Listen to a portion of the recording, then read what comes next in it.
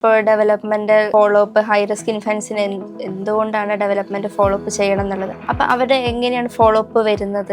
NICU discharge ചെയ്ത് കഴിഞ്ഞാൽ തന്നെ മോസ്റ്റ്ലി നമ്മളൊരു 1 to 2 വീക്സ് തന്നെ നമ്മൾ ഗ്രോത്ത് നോക്കാനൊക്കെ നമ്മൾ ഫോളോ അപ്പ് ചെയ്യും. അതിൻ്റെ കൂടെ തന്നെ ഡെവലപ്മെൻറ്റ് ഫോളോ അപ്പ് നമുക്ക് സ്റ്റാർട്ട് ചെയ്യാവുന്നതാണ്.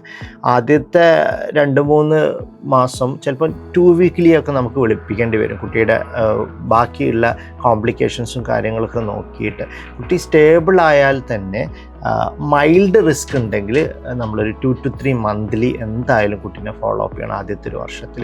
ഇനി ഹൈ റിസ്കിലോട്ട് വരികയാണ് എന്നുണ്ടെങ്കിൽ ഒബ്വിയസ്ലി ഒരു മന്ത്ലി ഫോളോ അപ്പ് തന്നെ നമ്മൾ അഡ്വൈസ് ചെയ്യാറുണ്ട്. പക്ഷെ കുട്ടിയിൽ പ്രശ്നങ്ങൾ അനുസരിച്ചിട്ട് വാരി ചെയ്യും.